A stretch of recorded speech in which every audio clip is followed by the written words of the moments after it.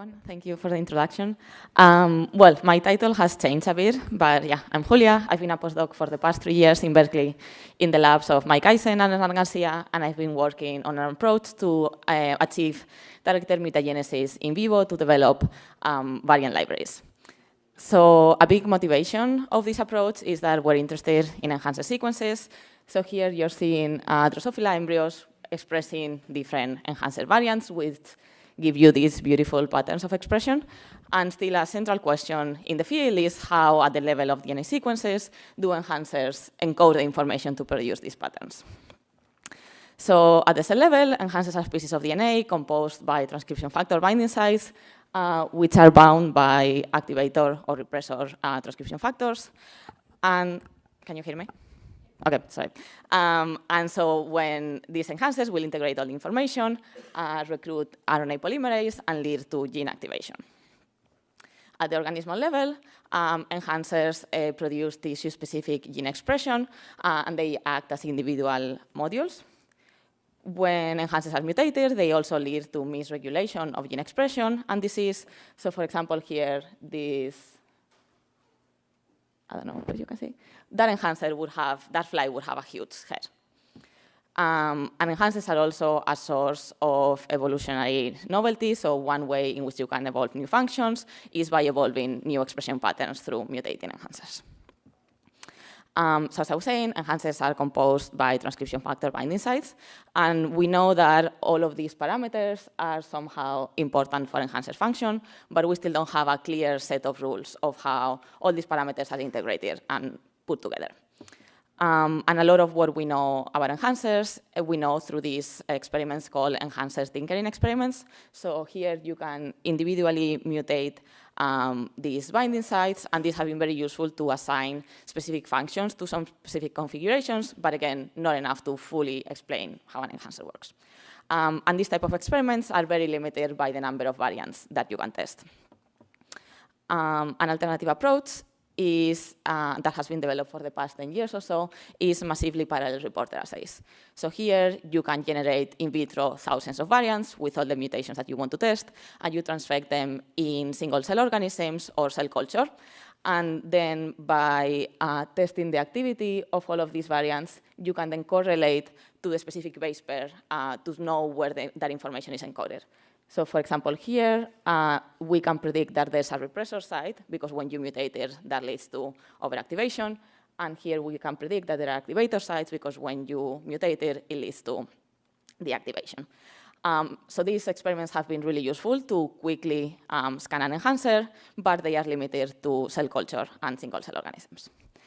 So if we wanted to do this type of experiments in vivo, in most cases, we are limited to making transgenic lines. So for example, what that looks like in Drosophila is you need to make individual injections and establishing stocks to study your enhancer variant. So that means that studies of enhancers in Drosophila are limited to a few tens of variants. I did 16 during my PhD, and that already felt like a lot. There's one exception of one paper that did almost 750. But that was really like the main goal of the paper was generating these variants. So right now, if we wanted to test the 10,000 variants that we think are required to fully extract all the binding sites from an enhancer, we would need to make 10,000 fly lines, which is really not doable. So instead, what I've been working on is developing an approach in which we can have the flies generate the mutations for us. So we are calling these flyberries because a mutator parent will be generating a library of mutant variants in itself. So for this to work, we first need a mutagenic enzyme. We need to be able to target it to a specific location. And then we need to have defined parameters, such as a defined mutation rate and uniform mutagenesis. So for the first two, we started using base editing tools. So here we have AID, that is a deaminase fused to an Cas9. And so when we target this with a guide RNA, it will find the cytosines, deaminase them into uracils, and after DNA replication, this will be read as a timing, so we end up with C to T mutations. And then to target to a specific locus, we are using guide RNAs. Because we want to target a long piece of DNA, we are using multiple guide RNAs that will blanket the whole sequence that we want to mutate. And we are expressing these guide RNAs from big arrays where we have multiple guide RNAs that are transcribed and cleaved. And so with this, the goal is that each of these guide RNAs will introduce mutations randomly, and we will end up with a uniform mutation rate. And we are aiming for a mutation rate of about 10%. And this is based on experiments performed in bacteria, and also because it will be a good balance between sequencing and just being able to detect the mutations. So first, as a proof of concept, we started by using 4 guide RNAs that target GFP, and we started in Drosophila cell culture. And the first time we tried, it worked pretty well. So here you're seeing the percentage of mismatch for GFP after DNA extraction and sequencing. And what you see, these lines are the guide RNA sequences. And we see C2T mutations when the guide RNAs go in the reverse orientation, G2M mutations when the guide RNAs go in the reverse orientation. So exactly what we expected. And we also see that there is a 5' bias on the guide RNA, on the mutations on the guide RNA sequence, which is consistent with what we had seen. So this was pretty exciting at the time. And then we went in flies and did exactly the same thing, same 4 guide RNAs. And in this case, we only detected a 1% mutation rate in embryos. We still thought it was real because it's in the same location, but this wouldn't be enough to be able to target, to mutate an enhancer. So then pretty much I spent the next year or year and a half trying to optimize this approach. So I tried different temperatures because there were some reports that they might be important, and I saw no effect at all. I increased the time these enzymes were allowed to mutate in flies, so going to up to 40 days compared to 4 days. And again, I saw only a very, very small increase. I also tried different promoters to achieve higher expression levels. Here, for example, you're seeing exactly the same plasmids that I was showing in cell culture. In embryos, still didn't work at all. And the thing that somehow really worked very well is that we decided to test another enzyme. So instead of human-derived AID, we use lamprey AID, which has been engineered to be used in cell culture and also in flies. But normally, people doing base editing didn't want it because it had a very wide mutation spectrum. But for us, that was actually preferred. And so this enzyme happened to work really well in vivo in flies. So again, we see the C2T and G2E mutations. And something that was really exciting is that if you see the histogram here, when we count the number of mutations that we detect per piece of DNA, we see that over 97% of the reads or 97% of the embryos have at least one mutation.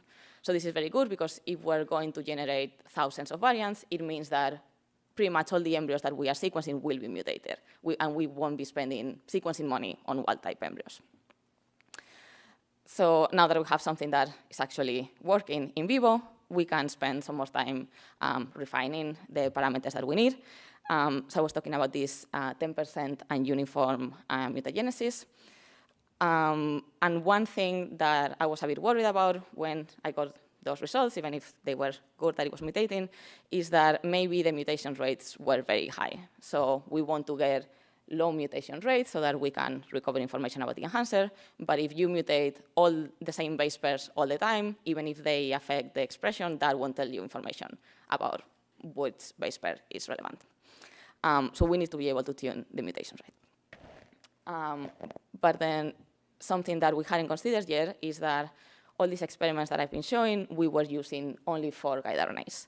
And when we actually try to use it to mutate an enhancer, we will be using many more guide RNAs. And in this example, we designed 24 guide RNAs for GFP that would be able to mutate every possible C and T in that sequence. C and G, sorry. And something that we hadn't considered is that when you have overlapping guide RNAs, that on its own might reduce the mutation rate that you get. And that is because if you have overlapping guide RNAs, let's say this one makes some mutations, and then this one that is overlapping might not be able to bind to the same location because it's been already mutated. So that will effectively reduce your mutation rate when you compare it to 2 guide RNAs that were not overlapping. We did some simulations, and we know that this could happen if we assume this is how the system is working.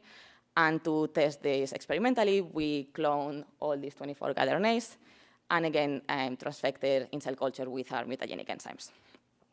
And so what we see here is the same as I was showing before with 4 guide RNAs. And with 24 guide RNAs, now we get a low mutation rate, but we are able to mutate over the whole 200 base pair sequence. So that, we think on its own, will be able to reduce the mutation levels to something closer to what we need. Something else that happens as a consequence of these overlapping guide RNAs is that we end up with a more uniform mutation profile. So here you're seeing this 5' bias that I was saying. This is just with one guide RNA, the percentage of mutations that you get at every base pair of the guide RNA. And here is when you average over the 24 guide RNAs. So just by having so many and overlapping, you end up with something that looks more uniform, which is what we want. And then, again, something else that was kind of unexpected and a big surprise is that by chance we had realized that one of our 4 guide RNAs, for unknown reasons, happened to be 23 base pairs. And that one also happened to be more efficient and it mutated more bases. And we decided to test if that was actually real and a good thing. So here we are comparing the same guide RNA in the 20 base pair and 23 base pair version. And we see that indeed the 23 base pair down here is more efficient and also it extends the mutation window 5'. So this would be very good for us because it means that we are able to mutate more cytosines. And also it potentially means that we need less guide RNAs overall to cover the whole sequence. We try to extend it even more because if we could get like 50 base pair guide RNAs, it would be even better. But it turns out if you extend it more than 23, actually it makes it worse. So 23 is the sweet spot of what we want. So all of this so far, we just put on a preprint last week. You can read more there, and I'm happy to talk about it later. And now probably everyone's next question is, OK, but can you use this for an enhancer? And that is exactly what we're doing. So we're starting with if2, which is probably the most widely known and best studied enhancer. And if2 is responsible for this type of activity in the Drosophila embryo, and is regulated by these activators and repressors. So we think we know where all the binding sites are, and we design guide RNAs that would cover this whole sequence. This is 31 guide RNAs, pretty much every guide RNA that existed. And so far, we've only been able to test this in cell culture, but we know, we know that we can actually get mutated if2 in cell culture. And Juliana, a great student that has been working with me for the past year, is probably right now actually collecting embryos with mutated if2. So hopefully in a few weeks or next year's meeting, I will be able to share what we get from that. And so from now, what I've been showing you is that we've developed an approach to develop variant libraries in Vivo. For that, we're using Lamprey AID fused to nickase Cas9 to target a specific locus and arrays of guide RNAs to target a long sequence. And using a combination of multiple overlaps and longer guide RNAs, we can achieve mutation rates closer to the 10% that we want and uniform mutagenesis. And I've been talking about using these for enhancers, but of course, this is not limited to just enhancers. So pretty much, it can be used to mutate anything that you want in vivo. And you could use it to mutate proteins and see the effects of different domains or tests in drug screenings or anything. I've been talking about reporters, about enhancers placed in reporter constructs, but also it could be used to mutate enhancers in the endogenous context. It could be used to mutate enhancers in the presence of selection, so hopefully many different outcomes. And so with that, I just want to thank everyone in my labs for their support and their help, and especially Julian and Juliana, who have been working with me for the past year and have been doing really great work. And I'll take any questions. Thank you very much.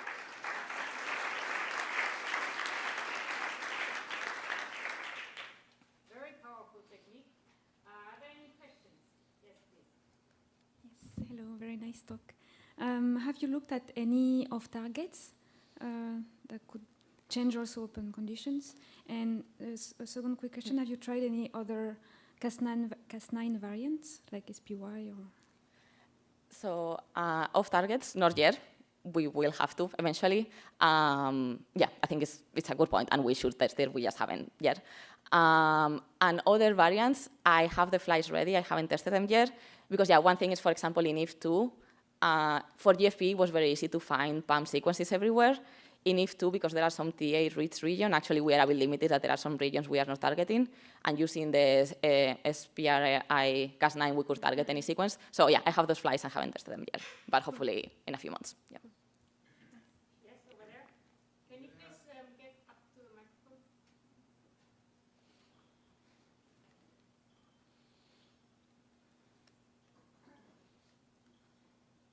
You have a theory component for going from the discovered binding sites to the expression domain patterns. Expression domains of the enhancer. The readout on the embryo, where is it turned on and off? Yeah, that is something, let's see. This is more like longer term of how I want to test enhancer function. So ideally, in an experiment, you would want to get your mutated sequence, levels and pattern of expression. If we want to do this for thousands of embryos, we need to sequence millions of cells. And if we can do single-cell RNA-seq, you would be able to reconstruct the pattern of expression. Normal single-cell approaches cannot achieve millions of cells, so this, again, is longer term, but we're hoping to try two different approaches, so using beads or using combinatorial indexing to sequence millions of single cells, only target some of the transcriptome, and with that, reconstruct embryos that then we can use that expression pattern to either feed computational or machine learning models, or in a first instance, just like compare with the inputs that we know of the enhancers and try to find the binding sites in each of the locations. So it's a purely observational technique. You don't need a gene regulation network model to predict the dynamics. I see what you're saying. So I think at this point, no, because this is mostly to find the binding sites, and we would be doing this in a reporter construct where we wouldn't be mutating it. And there's a lot known about like gene regulation at this stage that we think we know all the patterns of all the inputs. But depending on how it's done, if we wanted to, for example, mutate an endogenous enhancer and see the effects of the network, then definitely that would be very useful. Yeah.